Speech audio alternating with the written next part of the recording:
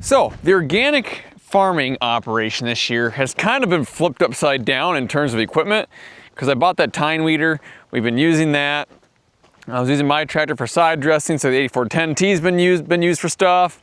And then we brought the tine weeder back out here and it wasn't working very good. So today we got the good old 4230. It's off the sprayer. And we got the drag that Dad and I Frankenstein together, I don't know, 6-7 years ago. I know we made a video about it, but it's been so long, I don't remember when or what the title is or anything. But anyways, this is our long tooth drag.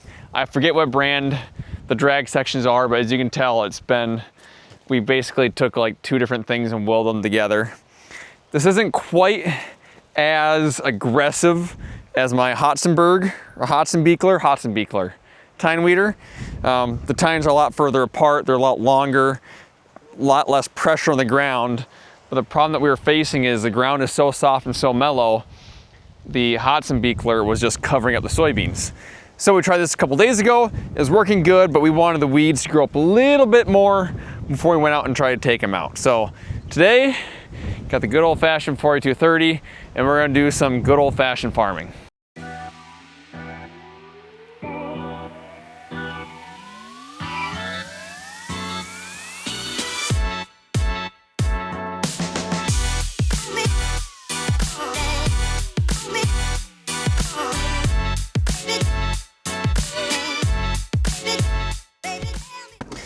Once again, for the second time in like 2 weeks, we're gonna smash together the 4230. Yep. There we go. Make sure the radio's turned all the way down so don't get copyrighted. In terms of passes that I make on the farm, organic, non-organic, basically anything, this is about the simplest one I'll ever make. There's one hydraulic lever, it lifts it up, it lowers it down. I don't have any steering. I'm just 4 to 4.5 miles per hour. Don't run over the beans. And this thing just kind of, if you look back there, just kind of drags those teeth along, stirs up that dirt enough, try and kill those little weeds. And honestly, you know what we should do in this video? We should go, maybe when I have you take over for a little bit, I'll do a walk around of the soybeans and the corn, just to show the audience what our organic fields look like this year. Because when we started the year, we were pretty terrified of the weed pressure that we were gonna have. And I gotta hand it to my dad. He has been out here almost every day doing something, whether it's dragging, rotary hoeing, cultivating, tine weeding, and it's pretty clean. I mean, just flip the camera around, look at the, like, you wouldn't guess that is organic soybeans. Corn looks pretty clean too. There's a few spots in the corn that might need some help, but overall it's doing pretty good. The nice thing about having an intern is not only does he do a lot of filming for me, but if I want to go film something else, he does have quite a bit of farm experience. I'll just let him take over the tine weeder. So that's what he's gonna be doing here for the next while I go and give you guys a tour of the organic crops. But first, I'm gonna walk behind him and show you guys how this tine weeder works. I guess we're gonna call this a drag. My red one's a tine weeder, this one's the drag.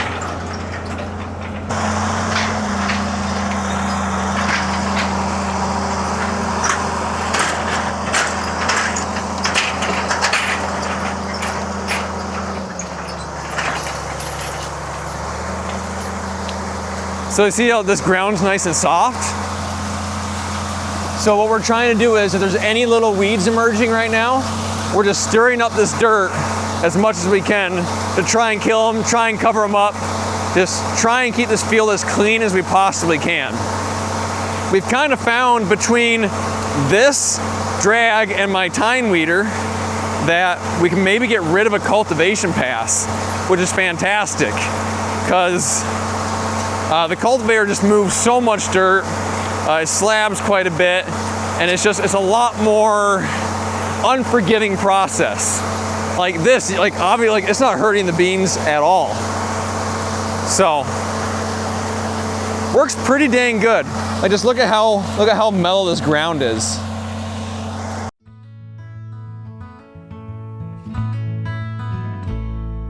Cheryl lives down in the south, working at the Waffle Waffle House has a second job at midnight when it's time to leave. Costs $7.50, never seems to pay the rent. You gotta have a trick or two that's hidden up your sleeve. But living ain't a magic act, days are long and that's a fact. Money still ain't quite enough for her and all the kids. Times have changed, she always says. The good old days are gone and dead. But she tucks the kids into their beds like Mama always did. But it's hard when you ain't got nobody, and it's hard when nowhere feels like home. And it's hard when the world has gone crazy. Seems just like everything means nothing at all. He was laid off just last week, making parts for big machines that made a lot of fancy things that folks don't buy no more. And now he's in an old motel. Lately he don't sleep too well.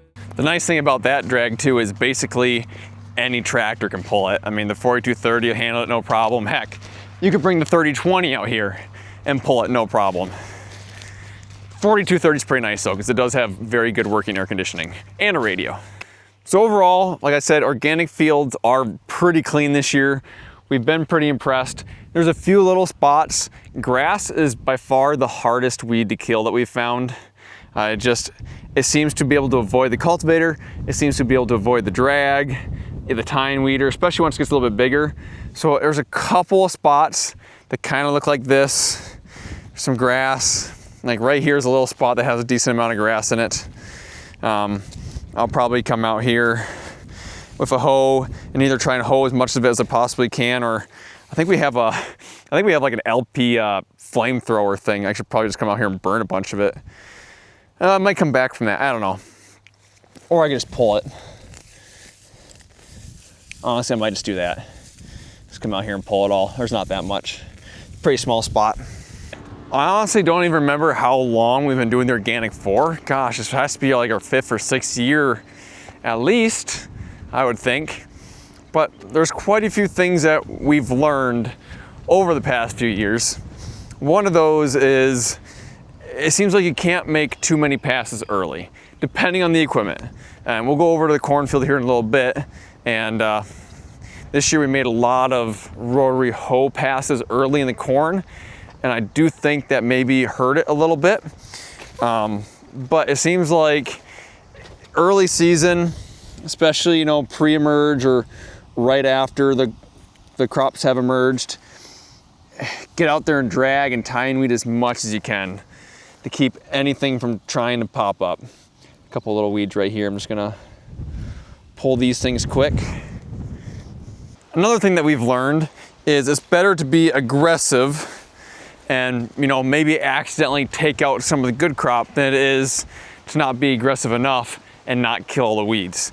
This year we've been really, really aggressive with the field cultivator, or sorry, the row crop cultivator, and we've definitely taken out more crop this year on accident with it than we have previous years. However, our weed control has been pretty dang good so far, fingers crossed, and I have my little 4-row planter, so the day after my dad row crop cultivated and took out some crop, we put some organic seed in the 4-row, and I just went out and filled in all the spots. You know, those spots won't necessarily yield quite as good as the rest of it, but we're still gonna be further ahead. And sometimes if you have a spot that's really bad, it's best just to till the whole thing up and start over. And that's what we have an example of right here. Right on the corner of this acreage here, you'll see there's this big spot. My dad came out with his rotary tiller behind his little yard tractor, and he just tilled this whole thing up because this was really bad grass. And it was still fairly small, and it was to a point where, like, yep, none of our organic equipment is gonna do anything about this. So he just came up, tilled it up. I came in with my 4-row planter, and I planted it as good as I possibly can. If we come through here with the row crop cultivator again, yeah, some of my stuff with a 4-row, like a 24-row cultivator and a 4-row planter, we're gonna take some of it out. But I think 60–70% of it will still be here. And this way the grass is all gone. And it'll be easier now to control it if it does start to come back, because we can hit it when it's really young. So, is this kind of ugly and a little bit embarrassing? Yeah, a little bit, because I mean the highway's right there, people can see it. But I think this is way better than letting the grass grow and seed out and creating an even bigger problem next year. I was actually pretty proud of myself though. I did a pretty good job of planting this straight with my 4-row. I don't think it'll be that bad to cultivate. Right here between passes looks like I maybe made a little bit too wide. I think I'd be surprised myself how much of it actually stays. And then right here is like an example of what happens when you get off slightly with the row crop cultivator. There's a 60-foot swath that got taken out. And so same thing, I drove around the field, I found all these spots, I filled them all in with the 4-row. This is just a couple days ago, so it's not growing yet, but it will. It will. And spots right along groves like this are always really hard. You can see right there where my dad came up and tilled some of it and I replanted it with a 4-row.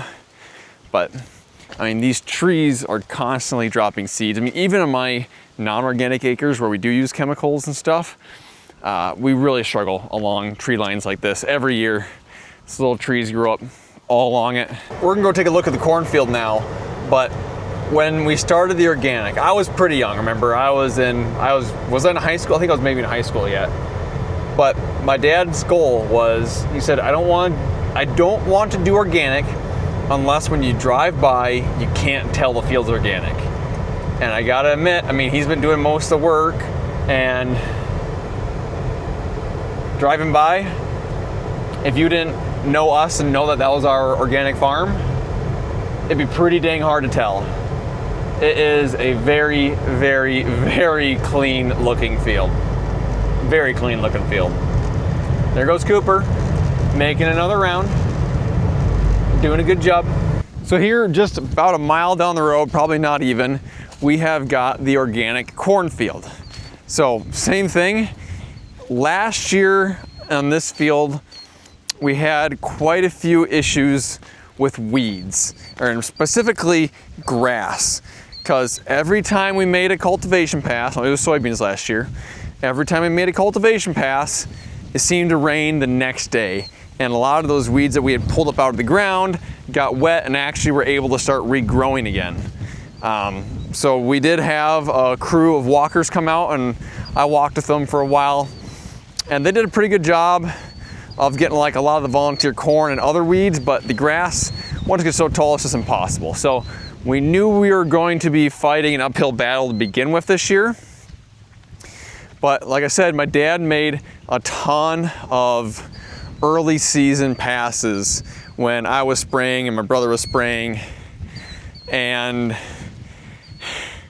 I mean, it looks pretty dang good. Now, a lot of these early season passes were with the rotary hoe.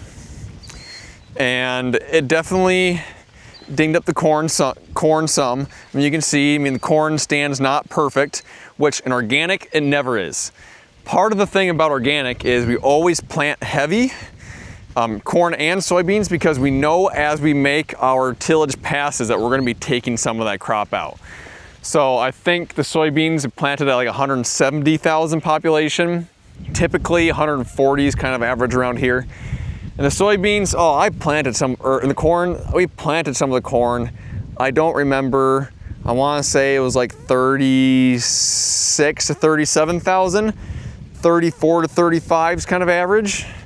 But that's just because we know we're gonna be taking some of this stuff out. And it's, organic seed. It doesn't germinate quite as well as the non-organic seed does as well. Now the corn is actually starting to look a lot better, but one of the problems that we came across with doing all those early season rotary hoe passes is that a lot of the corn was pretty weak young because we kept bumping it and dinging it up. So it's better now, but a lot of the stalks were really, really small and weak early. And then when we came in doing the cultivation, the tine weeding and everything else, any little bump you did broke it off. Now, like I said, we've had a good growing week. It looks better today, but it definitely caused some issues when we came in later, and definitely took out more than we were expecting or wanting to. But same thing, I have my little 4-row planter. Whatever we took out, I just went and replanted with the 4-row. Worked pretty dang good. And like the field looks really good, but it's not perfect. Like there's a 10-foot streak right here that has some grass growing in it. And this is kind of what we're battling from last year. We're just trying to take out as much of it right now as we possibly can. And you can see here, it's in between the rows, and those hardest spots to get. Just a couple minutes, pulled most of that stuff out. Now we're at the part of the season where on the conventional side or the non-organic side, I'm done spraying. I might need to make one more pass for my soybeans, but you know, half a day. So a lot of my time from now looking forward is gonna be dedicated to the organic. And it's a lot of walking, a lot of scouting. Whenever you're out here, you're trying to figure out where the weeds are, trying to pull them. And if it gets to a point where you need to hire a crew to come out and walk, at least you know where to start. Yeah, a lot of manual labor, a lot of passes through the field. You look at organic farming, you go, oh, you know, you don't really need that much extra equipment. Yeah.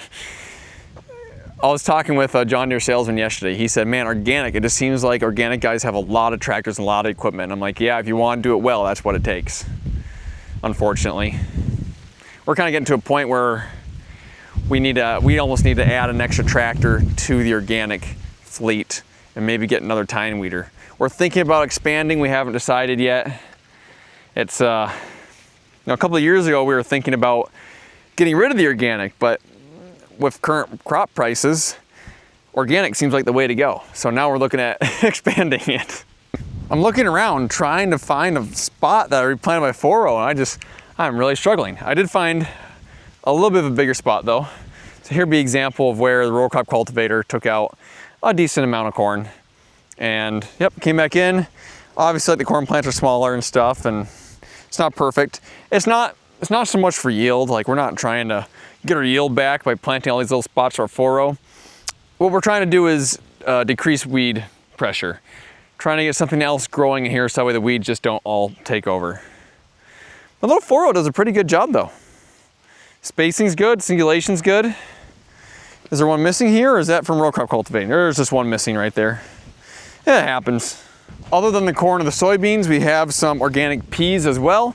There's a video of me earlier this year tine weeding those, and they're far enough away I'm not gonna go drive to them in this video. And to be honest, I actually haven't driven by the peas in probably a couple weeks. It's been a while. It's just one of those things where, that's kind of why we like the peas. I mean, the peas, in our experience, most years are kind of a break-even thing. Every once in a while, if you have a really good year, you'll hit a home run, but not really the biggest money maker in the world, but they do two things. First of all, you plant them and you don't worry about them again. You don't touch the field until they harvest them. Secondly, is it's a way to break up the weed cycle. So they're usually harvested, you know, a couple months earlier, a couple months earlier than corn and soybeans are. So after they harvest them, we let the weeds start to grow a little bit, and then we just go and do tillage on the field and just kill as many as we can, trying to break up that weed cycle. Now, I would love to double crop soybeans into them. Last year we were planning on it, and then in the couple days that we kind of needed to plant the soybeans, we ended up getting rain, and it kind of pushed those off to the side. But I would still love to be able to harvest the peas, till them up, and then go plant some really early soybeans. And you know, they're not going to yield great being planted that late. I'm trying to remember when we even harvested the peas last year. Yeah, last year the peas were harvested on July 7th.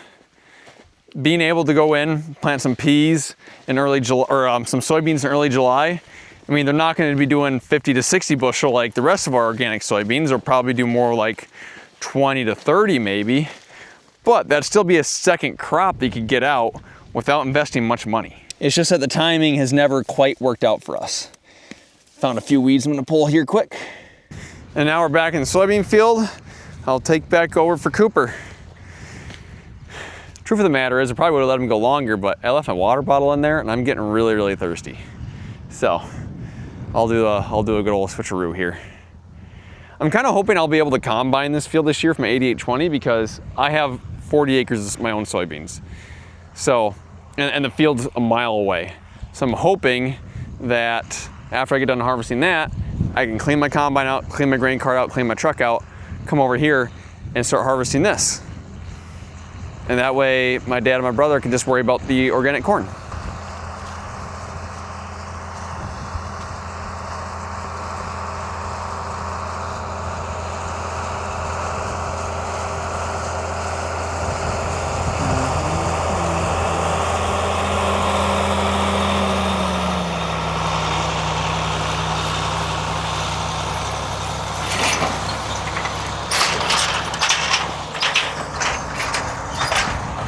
Beautiful.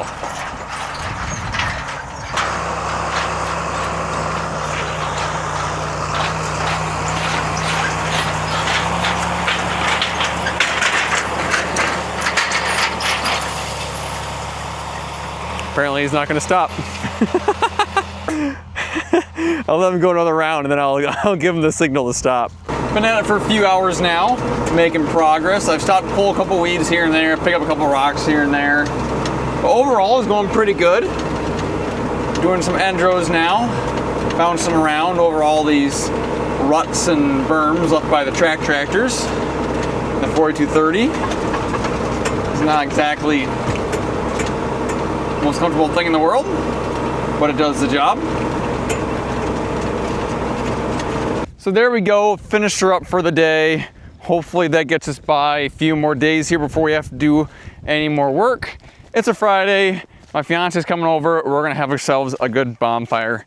So I will see you guys in the next one.